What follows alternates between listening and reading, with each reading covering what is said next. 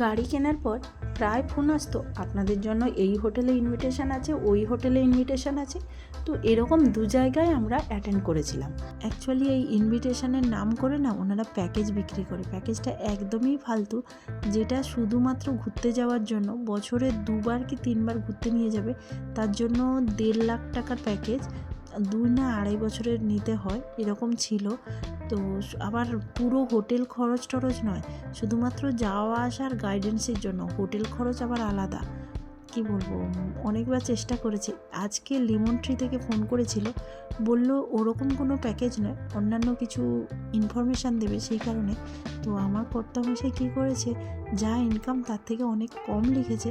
তো ওরা ভেবে নিয়েছে যে এদের দ্বারা প্যাকেজ কেনা সম্ভব নয়, আমাদেরকেও তেমন একটা গুরুত্ব দিচ্ছিল না। আর আমরাও দেখলাম যে এটাই বেস্ট সুযোগ, বুঝে গেছি এটা ওই রকমই প্যাকেজ বিক্রি করবে, তাই বললাম আমাদের কাজ আছে, তাড়া আছে বলে আমরা বেরিয়ে চলে আসি।